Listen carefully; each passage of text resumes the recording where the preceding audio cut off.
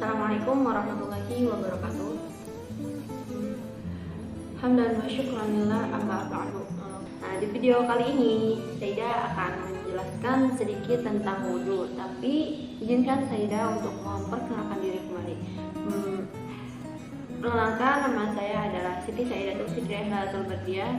Saya mahasiswa jurusan Bahasa dan Sastra Arab, Fakultas Adab dan Humaniora, Universitas Islam Negeri Sunan Gunung Jati Bandung. Di video kali ini saya akan menjelaskan sedikit tentang wudhu yang terdiri dari syarat-syarat wudhu, rukun-rukun wudhu, dan nanti kita akan mempraktikkan bagaimana wudhu yang benar. Sebelumnya, apa sih wudhu itu?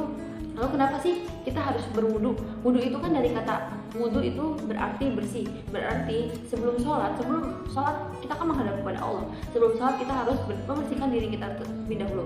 Nah, wudhu itu adalah suatu cara membersihkan kita dari hadas, tetapi hadas kecil, bukan hadas besar. Di dalam Al-Quran surat Al-Maidah ayat 6 juga dijelaskan, yang Allah berfirman, Ya ayyuhalladzina amanu idza qumtum ila sholati faghsilu wujuhakum wa aydikum ilal marafiqi wamsahu biru'usikum wa arjulakum ilal ka'baini. Wahai orang-orang yang beriman, apabila kalian hendak mengerjakan sholat, maka cucilah wajah kalian dan tangan-tangan kalian sampai dengan siku, dan usaplah kepala kalian, dan cucilah atau basuhlah kaki kalian sampai pada kedua mata kaki. Quran surat Al-Maidah ayat 6. Nah, itu adalah sebuah dalil yang dimana kita tuh wajib wudhu terlebih dahulu sebelum melaksanakan sholat. Di sini saya akan menjelaskan tentang rukun wudhu terlebih dahulu. Di sini saya mengambil dari kitab Safinatul Mujah. Rukun wudhu itu ada 6. Furudul wudhu'i sittatun. Fardunya wudhu atau rukun-rukunnya wudhu itu ada 6. Awal itu niat. Jadi kita sebelum wudhu itu harus berniat dulu. Kenapa? Innamal a'malu binniyat. Kalau kita tidak berniat tetapi diniatkan dengan yang lain, lalu bagaimana dengan wudhu kita? Maka tidak sah dong, karena hanya termasuk dalam rukun wudhu, yang dimana rukun wudhu itu adalah sebuah pekerjaan yang diwajibkan harus ada dalam wudhu, dan ketika ditinggalkan wudhunya itu tidak sah. Nah, bagaimana sih niatnya wudhu itu? Bismillahirrahmanirrahim. Nawaitul wudhu li raf'il hadasil asghari min jami'il badani fardhan lillahi ta'ala. Aku niat wudhu untuk menghilangkan hadas kecil dari seluruh badanku karena Allah Ta'ala. Nah, itu niat wudhu, tetapi niatnya yang benar itu di dalam hati, itu hanya pelafalannya saja. Nah, yang kedua yaitu asani ghusl wajhi, yaitu yang kedua itu membasuh wajah.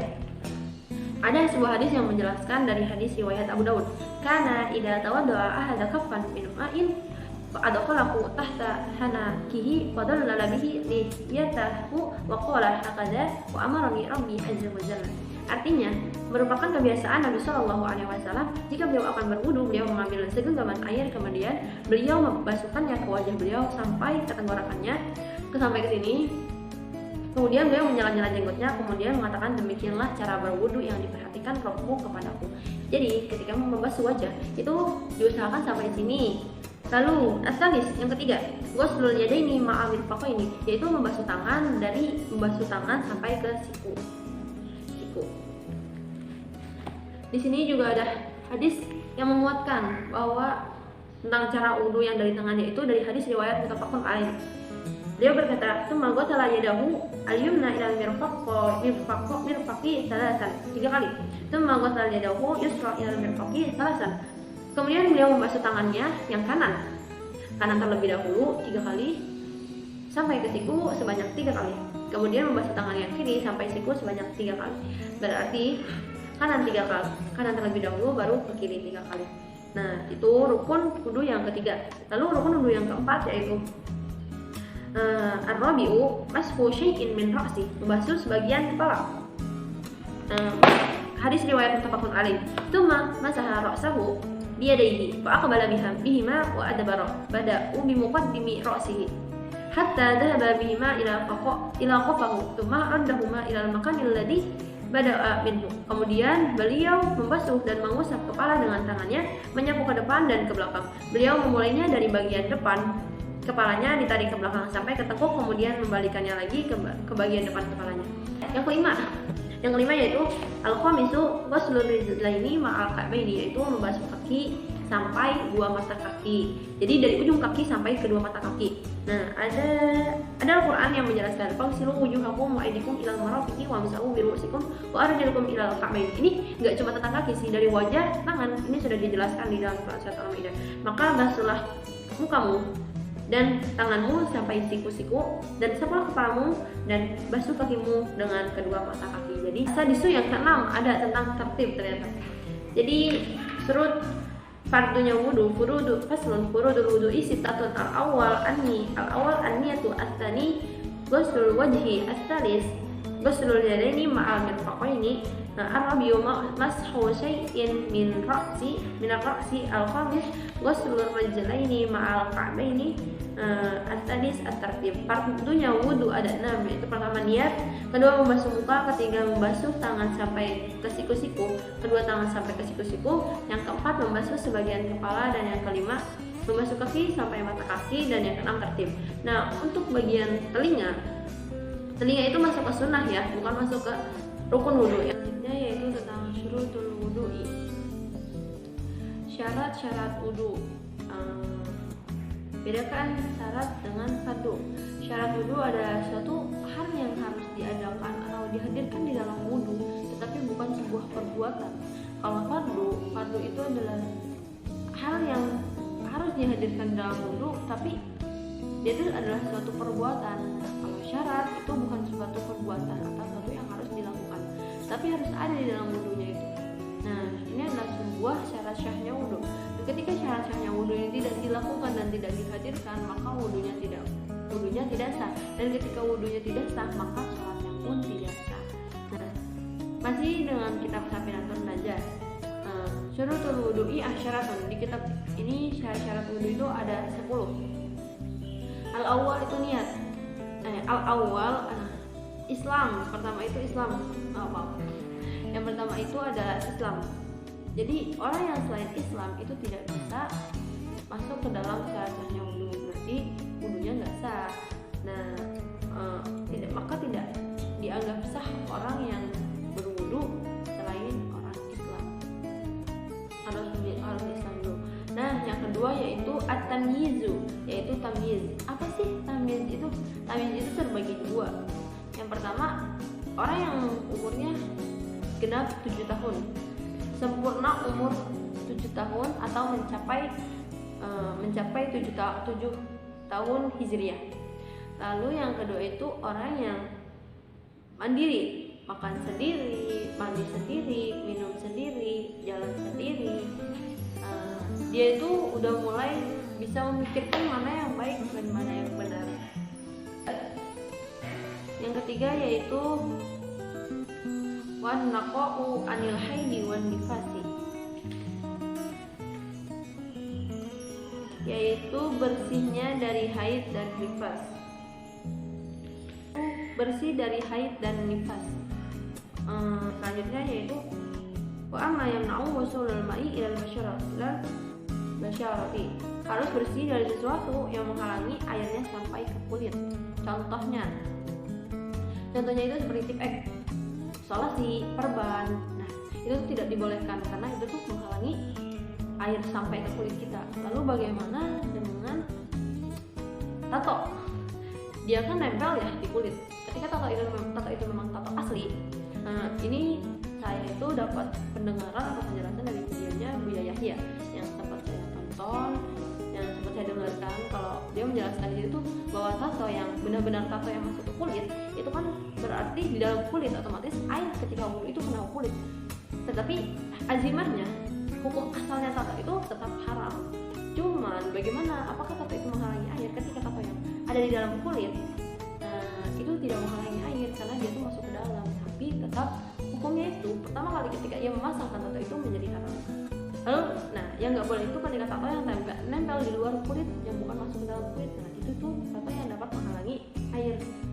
Jadi kayak solasi, nah itu tuh harus dibersihkan dulu. Jadi sebelum wudhu tuh kita tuh harus mencopot atau menghilangkan bekas sesuatu yang menghalangi air wudhu itu dapat kita tuh harus melepas atau menghilangkan sesuatu yang dapat menghalangi air datang ke kulit, air sampai ke kulit.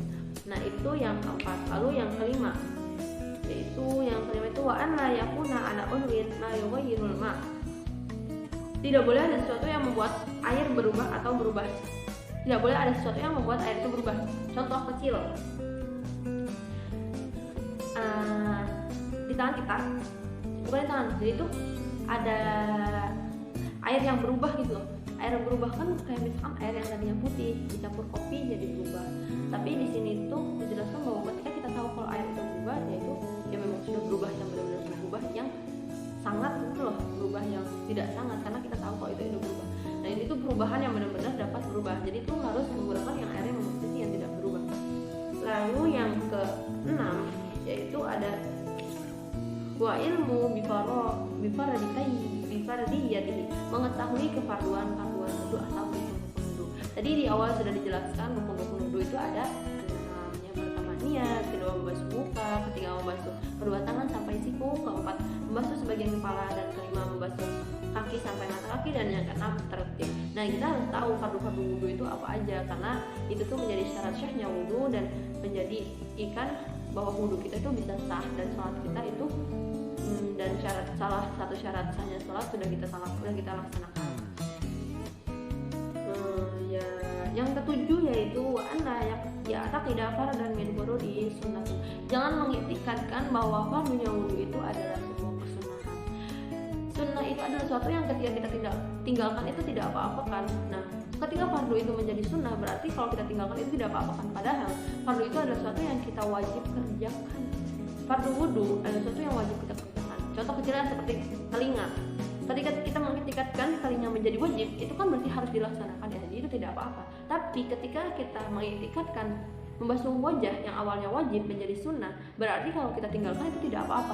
Padahal itu tidak boleh, dan itu benar-benar menghilangkan salah satu hal yang udah mewajibkan. Terus yang kedelapan, wal ma'u at-tahur, suci, air yang suci mensucikan. Air kan ada 4, suci mensucikan, suci tapi tidak mensucikan, air mustakmal, dan air musyammas. Nah, air suci mensucikan itu bukan air yang suci tidak mensucikan. Apa sih air yang suci tidak mensucikan? Nah, kopi, air kopi, soda, sirup, itu tuh air suci tapi tidak bisa mensucikan. Lalu ada yang bukan air musyammas, air yang terkena matahari langsung, dan yang bukan air mustakmal yang udah kita pakai untuk bersuci sebelumnya. Nah, dan juga air yang kita pakai untuk wudu itu harus lebih dari, bukan harus lebih dari 2 kula. Iya, harus lebih dari 2 kula. Seperti kan kalau di keran, kita pakai keran itu kan air mengalir, jadi kan lebih dari 2 kula pastinya. Tapi kalau di air yang menggenang itu harus 2 kula lebih. Lalu yang ke-9, wadukhulul waqti, masuknya waktu.